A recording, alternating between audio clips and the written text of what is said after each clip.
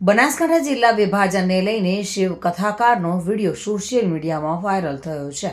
કાંકરેજને લઈને શિવપ્રિય જોશી મહારાજનું નિવેદન સામે આવ્યું છે. શિવ કથા દરમિયાન કથાકારે કાંકરેજ વિસ્તાર પર કેટલીક વાતો જણાવી હતી.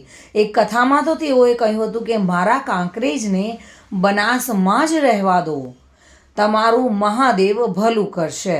રાજકીય રોટલો શેકવા માટે બનાસનું વિભાજન થયું છે તેવું શિવ કથાકારનું કહેવું છે. કાંકરેજ તાલુકો કાંકરેજી ગાય પરથી છે અને બનાસના કાંઠે આવેલો છે. બનાસના કાંઠે આવેલું કાંકરેજ તાલુકો બનાસમાં જ રહે તેવી આજીજી કરતા બનાસકાંઠા જિલ્લાના વિભાજનને લઈને શિવ કથાકારનો વિડીયો સોશિયલ મીડિયામાં વાયરલ થયેલો જોવા મળી રહ્યો છે. કાંકરેજ તાલુકો કાંકરેજી ગાય ઉપર છે અને એ કાંકરેજ તાલુકો બનાસ નદીના તટ ઉપર આવેલો છે અને બનાસ નદીના પ્રભાવથી એ વિસ્તારનું નામ બનાસકાંઠા પાડ્યું છે. અને જે કાંકરેજ તાલુકો બનાસ નદીના તટ ઉપર છે, પણ અત્યારના જે રાજનેતાઓ પોતાના રોટલા શેકવા સારું કરીને બનાસનું વિખંડન કરી નાખ્યું છે.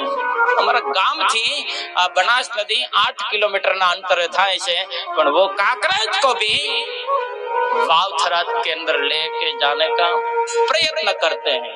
ऐसी गंदी राजनीति करने वाले लोग हैं. ये भले गमे बनास ने खंडन કરીને અમારા કાંકરેજ ને ગમે ત્યાં જઈને નાખે, થરાદમાં નાખે કે વાવમાં નાખે કે પાકિસ્તાનમાં નાખે, કારણ કે પોતાની સત્તા મેળવવા માટે પોતાના રોટલા શેકવા હારું. उसको पता ही नहीं है कि बनास क्या है.